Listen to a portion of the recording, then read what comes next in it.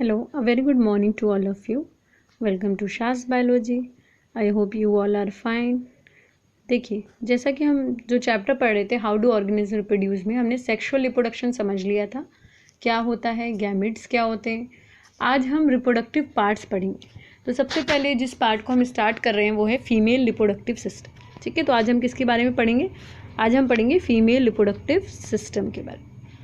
तो देखिए, female reproductive system क्या होता है पहले उसके बारे में जानते हैं, फिर उसके का जो डायग्राम है उसके बारे में स्टडी करते हैं। चलिए, जो फीमेल रिप्रोडक्टिव सिस्टम होता है वो डिफरेंट फंक्शन करता है।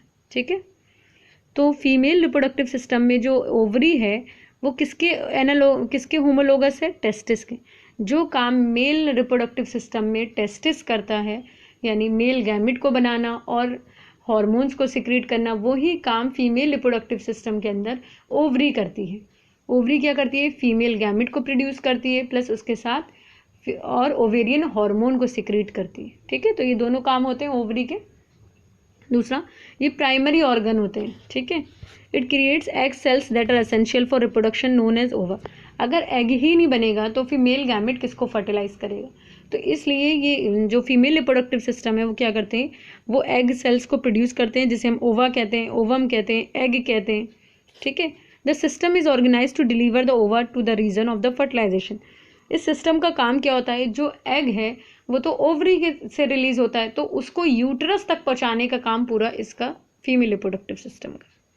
The egg fertilization takes place in the fallopian tube along with the sperm.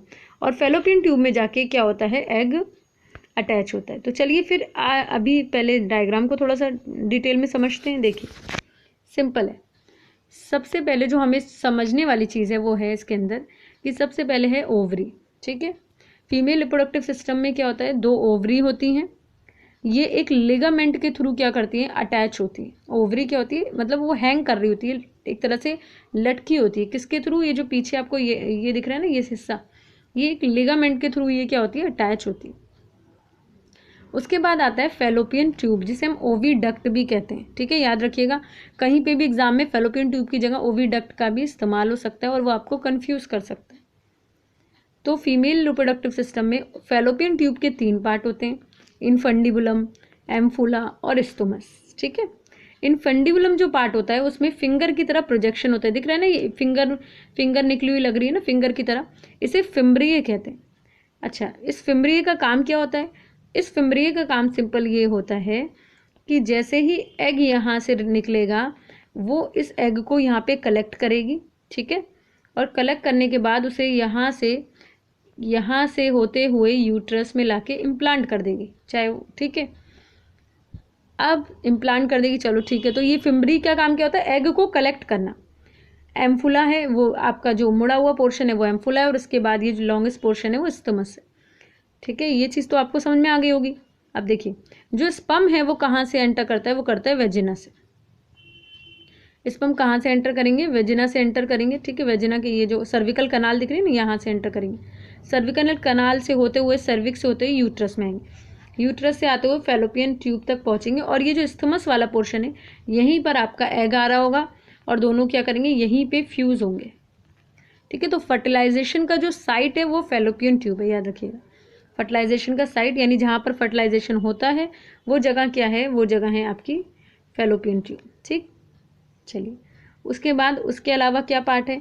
उसके अलावा ये ओवरी हो गया, सर्विक्स हो गया, सर्विकल कनाल।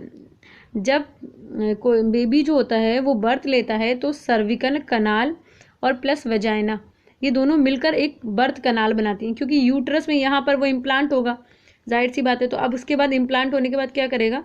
उसको यहाँ से होके बाहर आना है।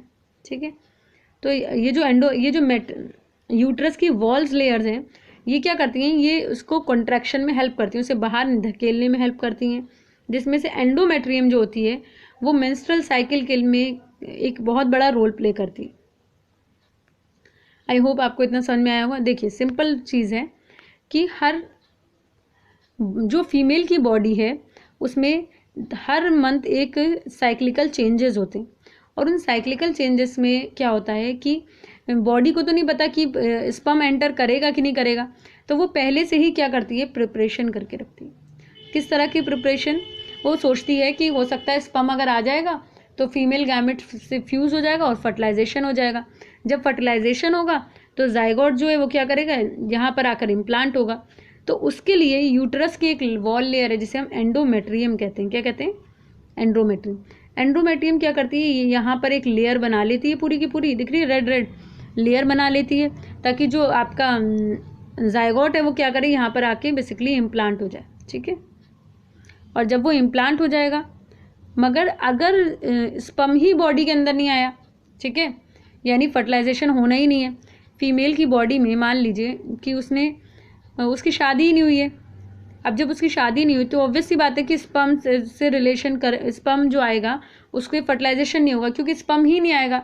अगर फीमेल इंटरकोर्स कर ही नहीं रही है, ठीक है, सेक्सुअली वो एक्टिव ही नहीं है, तो जाहिर सी बात है कि स्पर्म तो बॉडी में एंटर करेगा नहीं, और जब एंटर नहीं करेगा तो इस एग का, इस लेयर का क्या काम।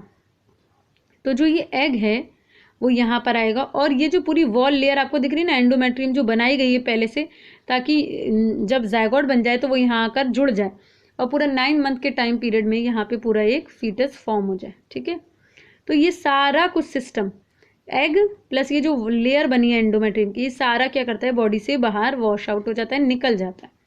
ठीक है, जब ये निकल जाता है तो इसे हम कहते हैं बेसिकली मेंस्ट्रुअल साइकिल। ये फीमेल की बॉडी में हर 28 डेज में होता है, और ये मेंस्ट्रुअल साइकिल कहलाती है।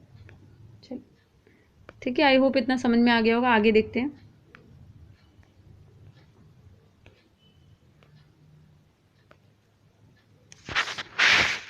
Implanting in the wall of the uterus and initiating the stage of pregnancy is the next step of fertilized egg.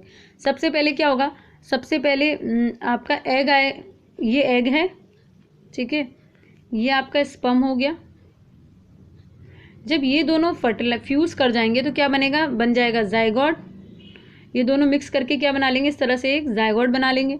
और ये जाइगोट क्या होगा, ये जाके आगे क्या करेगा, ये इम्प्लांट होगा कहाँ पे, यूट्रस में। ठीक है, आई होप इतना समझ में आ गया होगा आपको।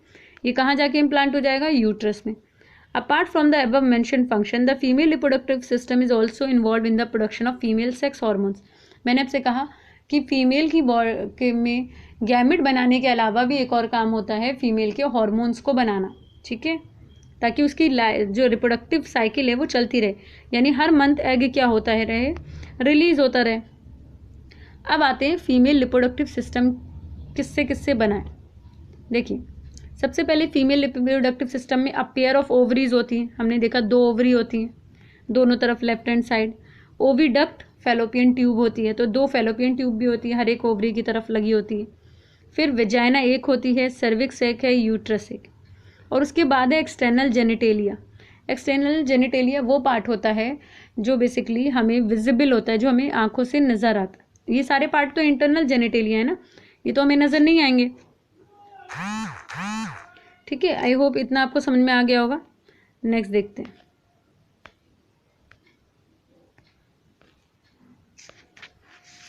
देखिए, फैलोपियन ट्यूब और ओविडक्ट। फैलोपियन ट्यूब क्या करती है, वो ओवरी से कहाँ तक जाती है, यूट्रस तक। जो पार्ट क्लोज में होता है ओवरी के, वो फनल शेप होता है, उसे इनफंडिबुलम कहते हैं। मैंने बताया था आपको। उसके अंदर फिंगर लाइक प्रोजेक्शन होती है। ठीक है, उसमें क्या होता है, फिंगर की तरह प्रोजेक्शन होता है, जिसे हम फिम्बरी कहते हैं। वो देखा था ना आपने, इस तरह से था, उसमें ऐसे ऐसे करके फिंगर बनी हुई थी ओवरी के पास। Infundibulum lead to ampulla and join to the uterus with isthmus. और उसके बाद फैलोपियन ट्यूब के 3 पार्ट होते हैं। ठीक है, इनफेंडिबुलम, एम्फुला और स्टमस कहाँ जाके जुड़ते हैं, यूट्रस में जुड़ते हैं। कहाँ जाके जुड़ते हैं, ये यूट्रस में। तो आई होप ये आपको समझ में आ गया होगा। उसके बाद यूट्रस जो होता है वो एक पियर शेप्ड स्ट्रक्चर होता है। पियर शेप मतलब समझते हैं, अनासपाती को अगर आप उल्टा कर देंगे ना तो वो यूट्रस का शेप बन जाएगा, जिसे हम वोम्ब कहते हैं।